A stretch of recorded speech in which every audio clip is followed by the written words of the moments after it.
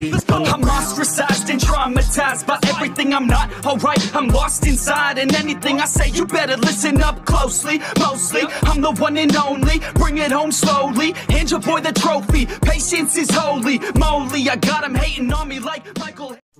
Yo, konnichiwa. Video ini adalah volume yang udah pernah Mimin bahas, karena banyak yang minta Mimin buat ngebahas ulang sambil nunggu-nunggu volume terbarunya. Dan setelah Mimin pikir, kayaknya nggak apa-apa kita bahas ulang dengan rangkuman baru daripada Mimin nge-stop konten Tensura. Tapi buat yang nggak suka ngulang cerita bisa di skip aja. Ya udah nggak usah lama-lama, kita langsung aja yuk gas videonya.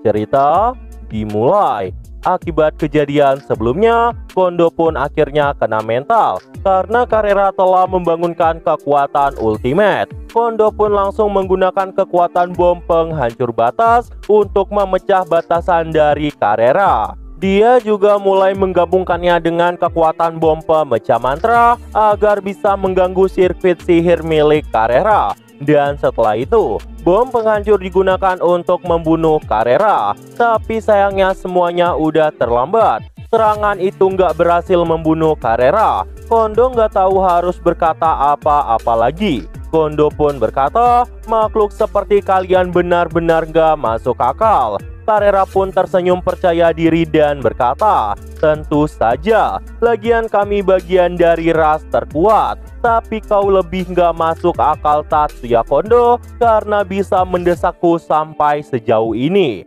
Setelah itu, Carrera pun juga melepaskan Raja Kematian Abaddon. Seketika, Carrera langsung mengikat kekuatan besarnya yang membuat energinya pun mulai menjadi cahaya. Bahkan saat ini, di antara 4 primordial Rimuru, jumlah energi Carrera terdeteksi yang paling banyak. Bahkan dengan dominasinya, Carrera yang sekarang bisa bertahan melawan Felgreen.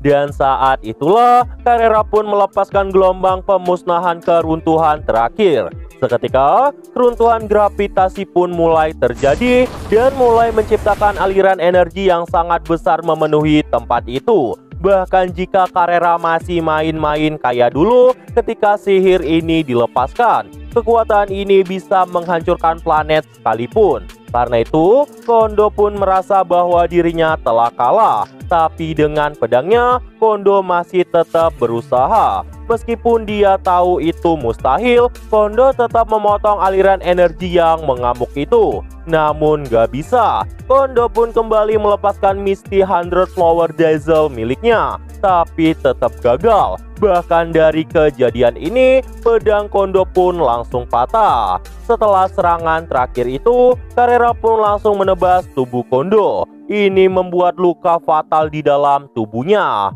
Sebelum hidupnya berakhir, Kondo yang biasanya tenang pun kemudian tertawa.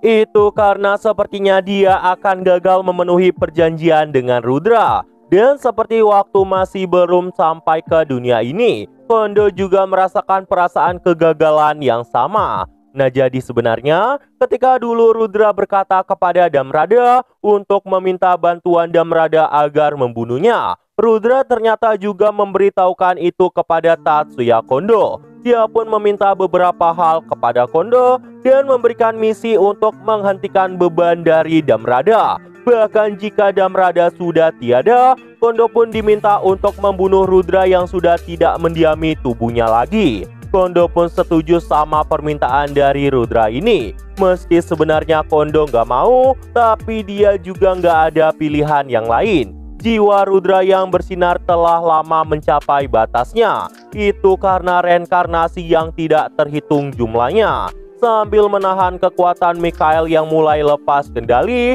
Rudra selalu menginginkan perdamaian dari umat manusia. Kondo pun merasa dia tidak berguna karena gagal memenuhi janjinya kembali. Dia pun sangat menyesal. Namun tiba-tiba terdengar suara, "Hei, jangan tertidur, teruslah bertarung." Itu adalah suara dari Carrera yang masih pengen bertarung. Yang Mimin gak habis pikir tuh malah dibilangin tidur. Bayangin aja orang yang udah sakaratul maut malah dibangunin.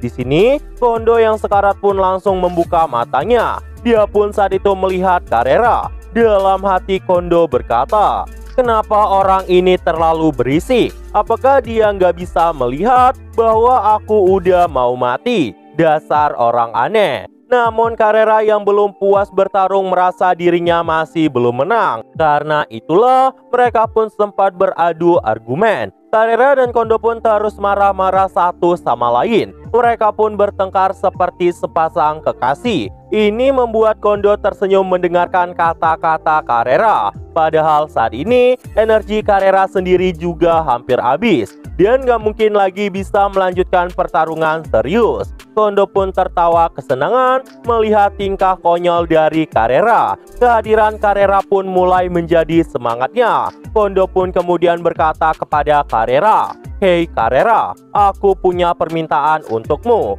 Gunakanlah pistolku untuk membunuh Yang Mulia Rudra." Mendengar itu, Carrera pun langsung mengambil pistol itu. Tapi sayangnya, pistol itu ternyata udah rusak.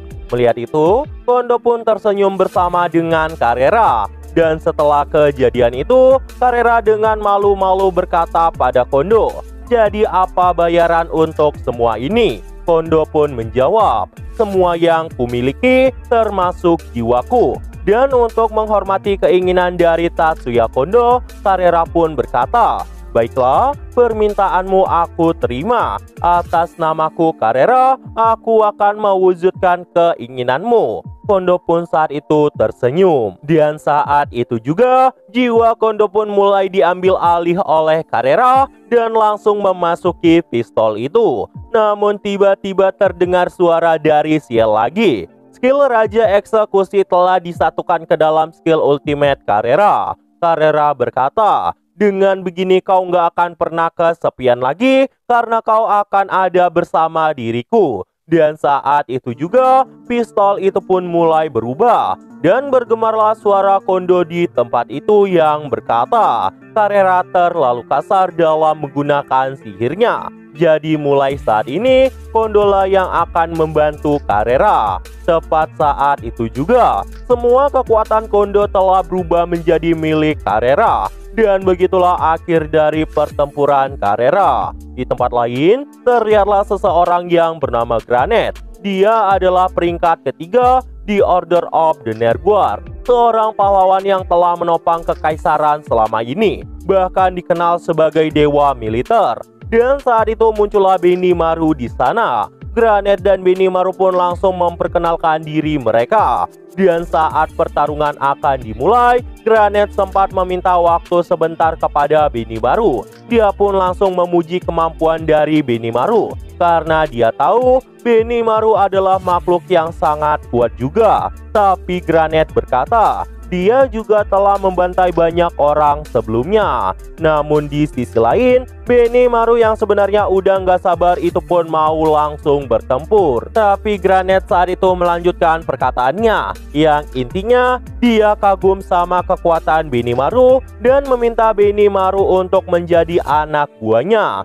Dengan begitu, Granet akan bertanggung jawab penuh atas semua pasukan Benimaru dan menyelamatkan semua nyawa mereka. Tujuan Granet melakukan hal ini karena Granet tahu saat ini kekaisaran masih dalam krisis pasukan. Jadi dia berencana untuk membawa Benimaru menjadi pasukannya. Tapi Benimaru pun marah dan berkata di dalam hatinya, "Kau ingin menggunakanku sebagai bidakmu? Kalau begitu, akan kuuji kemampuanmu dulu." Benimaru berkata, "Jika anak buahku kau lindungi, apa yang terjadi dengan tuanku?" Granet pun menjawab, "Raja Iblis Rimuru itu terlalu berbahaya, jadi kita akan menghancurkannya bersama." Oh iya, tujuan Benimaru menanyakan semua ini pada Granet hanya untuk mencari informasi lebih banyak. Karena nggak mungkin bagi Benimaru yang mau mengkhianati Rimuru.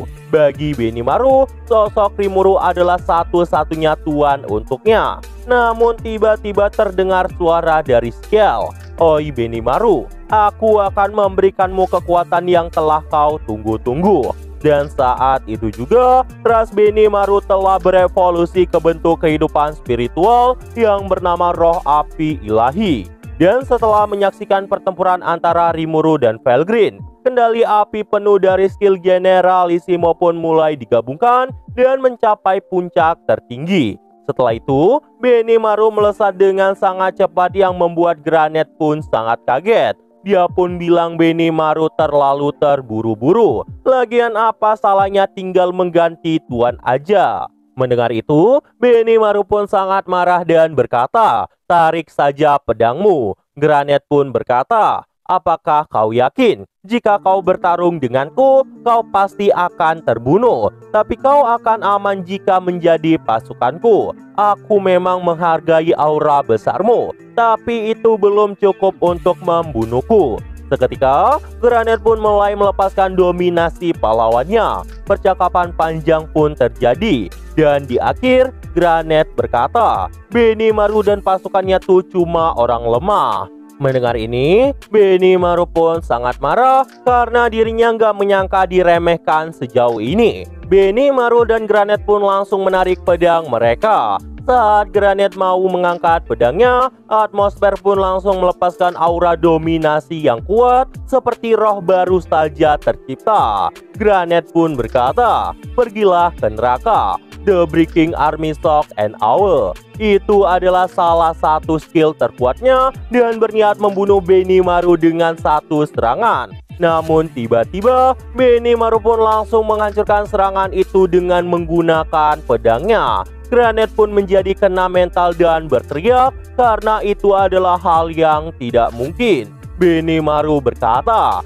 "Serangan ini sangat lemah. Kalau begitu sekarang adalah giliranku. Pastikan kau bisa menahan yang ini karena kalau tidak semuanya akan terasa membosankan." Benimaru pun saat itu langsung melepaskan kekuatan tertinggi dari Dewa Matahari Amaterasu. Ini adalah kekuatan yang Ciel berikan setelah menganalisa kekuatan dari Felgreen yang merupakan fenomena di luar logika. Bahkan panasnya mendekati panas matahari. Granet pun saat itu mencoba untuk mengadu serangannya dengan Benimaru sambil mencari kelemahan dari Benimaru. Granet berkata, "Jangan remehkan aku dan matilah di sini." Saat itu, Granet pun juga menggunakan kekuatan penuhnya dan membuat petir meledak menciptakan bencana yang sangat besar dan terjadilah benturan yang sangat kuat di sana. Benimaru pun di sini juga telah menyadari bahwa Carrera telah selesai mengalahkan Tatsuya Kondo. Dan perlu diketahui, Benimaru yang sekarang menguasai banyak jurus Carrera berkat koridor jiwa Rimuru.